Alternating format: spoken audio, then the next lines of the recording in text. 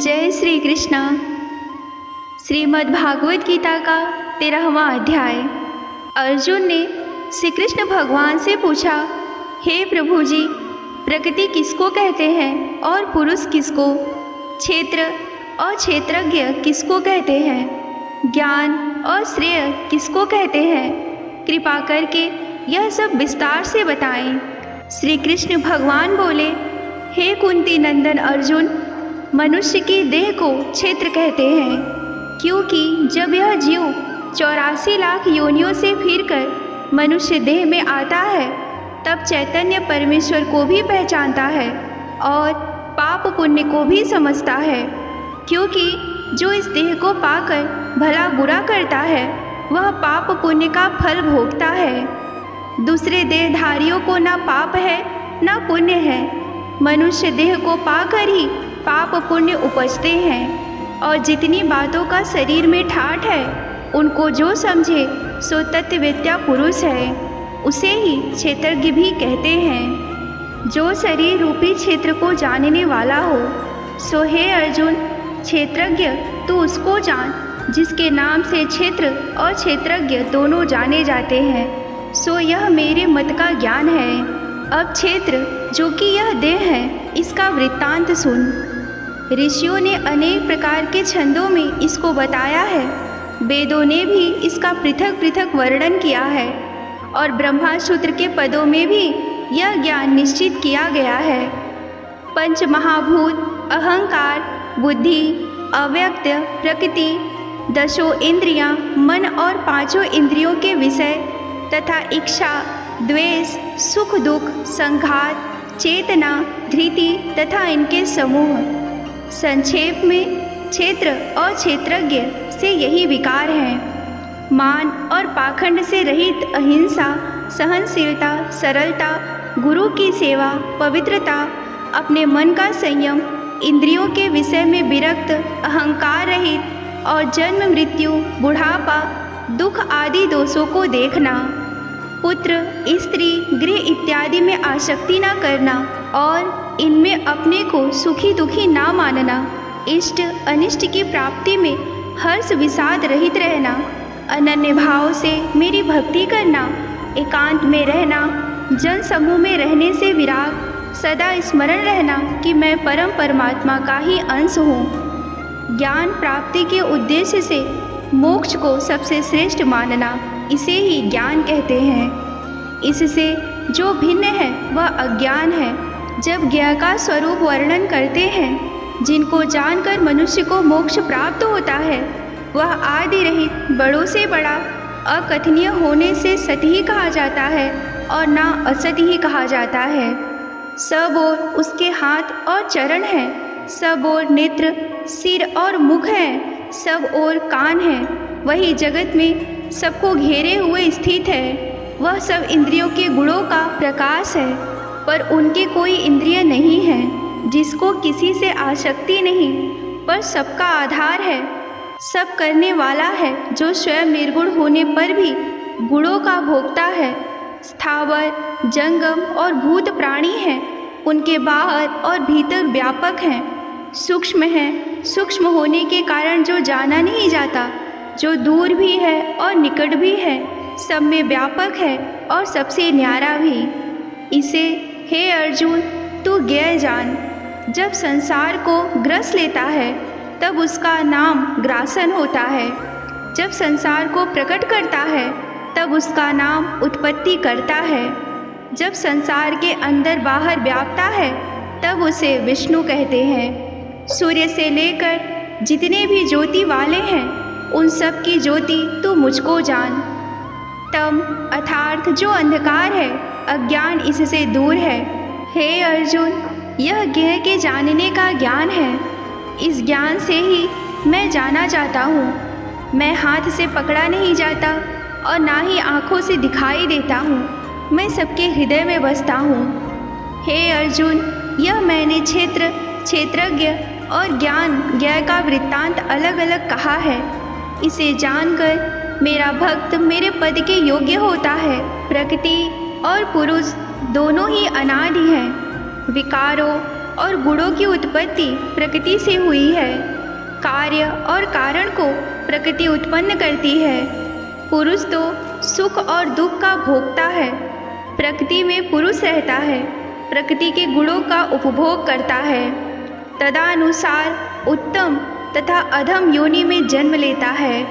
इस देह में उसे उपदृष्टा, अनुमंता, भंता, भोक्ता, महेश्वर, परमात्मा और परम पुरुष कहते हैं। इस प्रकार के गुणों के साथ प्रकृति और पुरुष को जो जानता है, उसका रहन सहन चाहे जैसा हो, पुनः जन्म नहीं होता। कोई ध्यान से, कोई सांख्य योग से और कोई कर्म योग के द्वारा अपने को आत्मा में देखते हैं, परंतु कोई तो इस प्रकार से न जानते हुए भी दूसरों से सुनकर ध्यान करते हैं और श्रद्धा से सुनकर भी वे भी मृत्यु के पार चले जाते हैं। हे अर्जुन, स्थावर या जंगम प्राणी क्षेत्र और क्षेत्रज्ञ के संयोग से ही होते हैं। परमेश्वर सब भूतों के समान रूप ही है। भूतों के नष्ट होने पर भी उनका नाश नहीं होता। इस भांति से जो देखता है वही देखता है। सब में समान रूप से स्थित परमेश्वर को देखता हुआ जो अपनी आत्मा का नाश नहीं करता, वह उत्तम गति प्राप्त करता है। जो यह देखता है कि सब कर्म प्रकृति द्वारा होते हैं और आत्मा अकर्ता है, वह मानो देखता है और उसी से उनका विस्तार देखता है, तब वह ब्रह्मा को प्राप्त होता है। हे कौन्तेय, अनादि और निर्गुण होने से परमेश्वर अव्यय है। शरीर में रहता हुआ भी वह कुछ नहीं करता, ना उसमें लिप्त होता है। जैसे आकाश सर्वत्र व्याप्त होने पर भी किसी से मिलता नहीं, उसी भांति देह में सर्वत्र व्याप्त यह आत्मा भी इसमें लिप्त नहीं होता।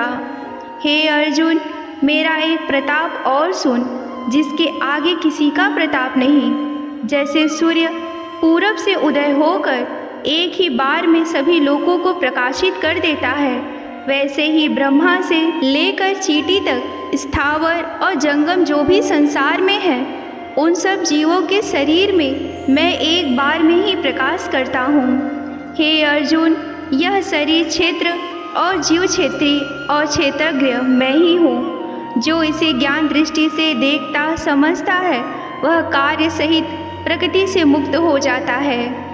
ऐसा जानकर वह कार्य कारण के चक्र को पार कर जाता है और मुक्ति को प्राप्त करता है। जो प्राणी इस प्रकार मुझको जाने, मेरी स्तुति करे, तिसका फल सुन। ऐसे प्राणी जन्म मरण रूपी संसार के दुखों को काट कर परम अविनाशी पद को प्राप्त होते हैं। इसमें लेश मात्र भी संदेह नहीं है। यहीं पर श्रीमद् भगवद गीता का 13वां अध्याय समाप्त होता है। अब हम 13वें अध्याय का महात्म्य सुनेंगे। श्री नारायण जी बोले, हे लक्ष्मी, अब 13वें अध्याय का महात्म्य सुन। दक्षिण देश में हरिनाम नामक एक नगर था। वहाँ एक व्यभिचारिणी स्त्री रहती थी। एक दिन उसने अपने एक प्रेमी को अमुक स्थान पर मिलने के लिए बुलाया। जब वह उस स्थान पर पहुंची तो कहीं भी अपने प्रेमी को नहीं पाया। खोजती खोजती वह परेशान हो गई। जब खोजती खोजती थक गई तो वह एक स्थान पर बैठकर उसकी प्रतीक्षा करने लगी। शायद भटक कर कहीं चला गया है, आ जाएगा। प्रतीक्षा करते करते सारा दिन गुजर गया, मगर उसका प्रियतम नहीं आया। शाम होने को आई, वह उसका नाम ले लेकर पुकारने लगी। तभी भटकता भटकता उसका प्रेमी आ पहुंचा और दोनों प्रेम लाभ में लीन हो गए। तभी एक शेर आ गया, जिसे देखकर दोनों भयभीत हो उठे। शेर ने गड़िका से कहा, अरे गड़िका, मैं तुझे खाऊंगा। इस प्रकार कहकर उसने गड़िका को खा लिया। तब देवदूत गड़िका को धर्मराज के पास ले गए। धर्मराज ने उन्हें हुक्म दिया कि इसे चंडालिनी का जन्म दे दे। नारायण जी बोले, हे लक्ष्मी, इस प्रकार उसने गड़िका की देह त्याग कर चंडालिनी का देह पाया। कई दिन बीते। एक दिन वह नर्मदा नदी के तट पर घूम रही थी। वहाँ क्या देखा कि एक साधु गीता के 13वें अध्याय का पाठ कर रहा है। वह पाठ उस चंडालिनी ने सुना। जब अध्याय सुन लिया तो उसके प्राण छूट गए। उसने देवदेही पाई। आकाश से विमान आया जिस पर बैठकर वह बैकुंठ को चल दी। तब साधु ने पूछा, अरे तूने कौन सा पुण्य किया है जो बैकुंठ को चली है? चंडालिनी ने उत्तर दिया, हे संत जी, इस पाठ को सुनकर ही मैं बैकुंठ को चली हूँ। हे लक्ष्मी, श्री नारायण जी बोले कि यह 13वें अध्याय का महात्म्य है। जो प्रीति के साथ पढ़ते सुनते हैं उनका फल कहाँ नहीं जा सकता। इतना ही नहीं, यदि कोई अनजाने में भी इसका पाठ करे या सुने तो वह परम धाम को प्राप्त कर लेता है। यहीं पर श्रीमद् भागवत गीता का 13वां अध्याय समाप्त होता है। आप सभी को यह अध्याय कैसा लगा हमें कमेंट करके ज़रूर बताएं। नमस्कार। हर हर महादेव।